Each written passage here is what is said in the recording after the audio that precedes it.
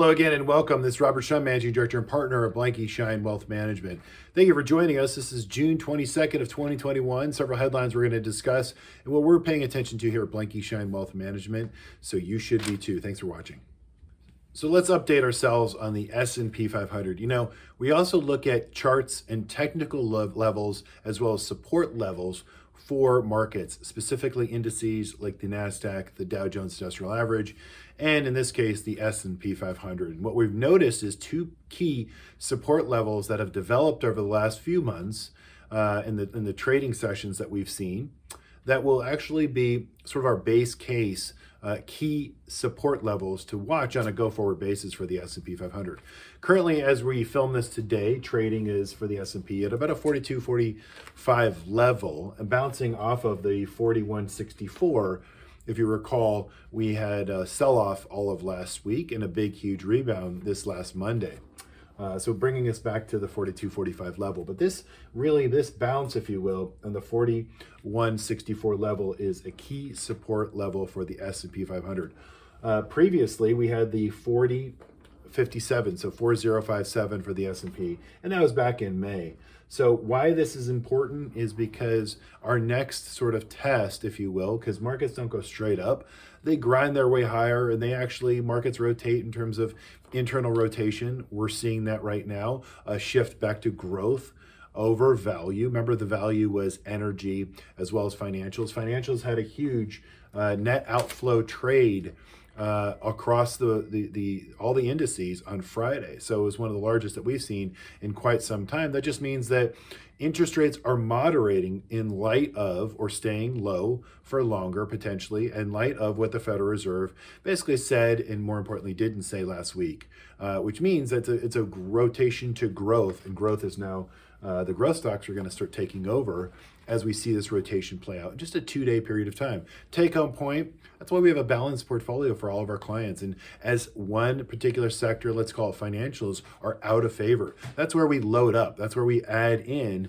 additional sort of averaging into names and companies and specifically sectors that we like. Because we like to buy stuff when it's out of favor or on sale, if you will, before it goes up. And that's the key to building wealth. Much like what we've done on the growth side. And so you're seeing this rotation play out. But again, the S&P 500 is a blended mix of both growth and value companies. And on average, you have the rebound that you see here. On a go-forward basis, we're going to pay attention to this 41.64 level because that's the first key line of support. You want higher lows as you continue to progress on a sort of grinding your way higher throughout the summer, as we want to see the S&P continue to move in the right direction, which is up. So that's what we're paying attention to on the key support levels for the S&P right now. Now, following up on the key support levels, one of the reasons why we see rotation in the market internally, but more importantly, markets sort of have a relief rally, if you will.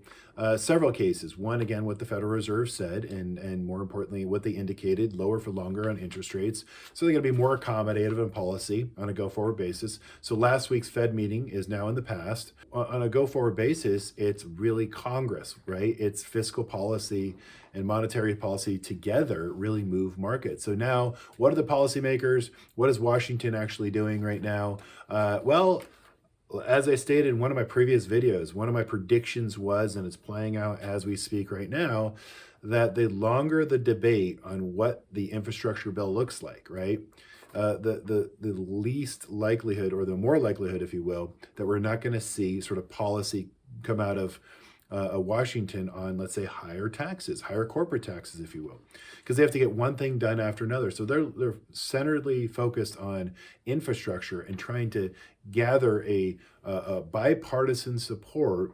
But let's face it, even the Democrats right now are having difficulty because Senator Joe Manchin from West Virginia, who is a Democrat, but he's a moderate, he's in the middle, he's not quite on board with regards to the infrastructure spending.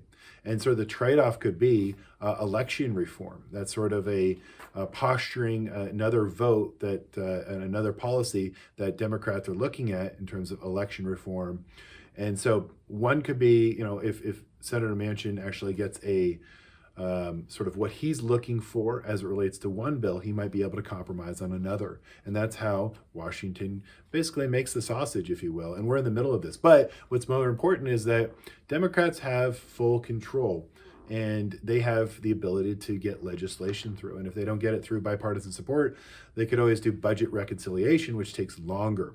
The longer that takes, the more likelihood, again, that we will see sort of a slowing effect, or markets might take off as a result, because when Congress is in gridlock or not in session at all, markets do really well. And the gridlock right now could be on sort of raising taxes on a go-forward basis. So that's really sort of the take-home point. We predicted, based upon our research a while back in one of my video updates, and this is actually real-time relevant information that's playing out, that we're seeing play out right now, that is what we thought would play out, which is good. It's all quality, because the markets basically can't have sort of turning on the economy, coming out of a pandemic, and having all these sort of supply chains constraints, and then all of a sudden hit it with taxes, and when you're giving out stimulus on one hand and you're trying to tax on the other hand. It's kind of like driving a car but putting your foot on the brake as well as foot on the accelerator at the same time.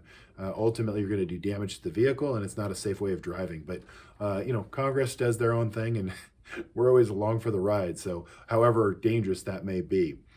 So let's go to the next topic. Our final topic of the day, real estate. So existing home sales were reported today slowing, and the slowing indication was a 4-month sort of in a row where we had a slowing in the housing market and the existing home sales. But don't be fooled by the headlines. Actually, why are the housing sales slowing? Well, it's basically lack of inventory. At the end of the day, we're only at a 2.5 month supply to keep up with the demand. And if you look at year over year, we're on a $5.8 million pace for homes being sold, which is a record pace that we're seeing right now if we continue this pace through 2021. That being said, we're also seeing a 23.6% increase in the average median home price. Now it's well over 350% or $350,000 for the average home across America. So that's a big problem, right? We're talking about housing affordability. And if you add in higher interest rates or even inflation and everything what you and I spend money on, that's going to be a very difficult sort of uphill hill to climb for on majority of Americans. So this inflation, while you own a home or you're investing in home and you're a real estate investor, that's all great things right now.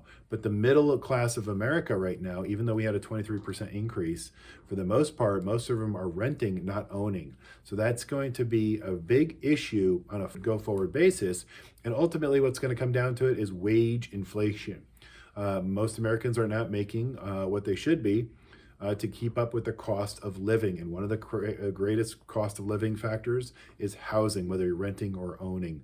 So this is all sort of a forward indicator what's going to happen. And when you have wage inflation, that's what the Federal Reserve is going to have to pay particular attention on a go-forward basis, because that's the true inflation, not the core CPI or anything else. It's going to be the wage inflation ultimately, at least if you go back to economic theory and economics 101, that's the one that's going to catch underneath ultimately and really cause true inflation on a go-forward basis. So it's the wage inflation. We're seeing it right now, because how could you have the affordability when you have housing go up 23.5%, 23.6% year over year? So that's sort of we're going to see this play out on a go-forward basis.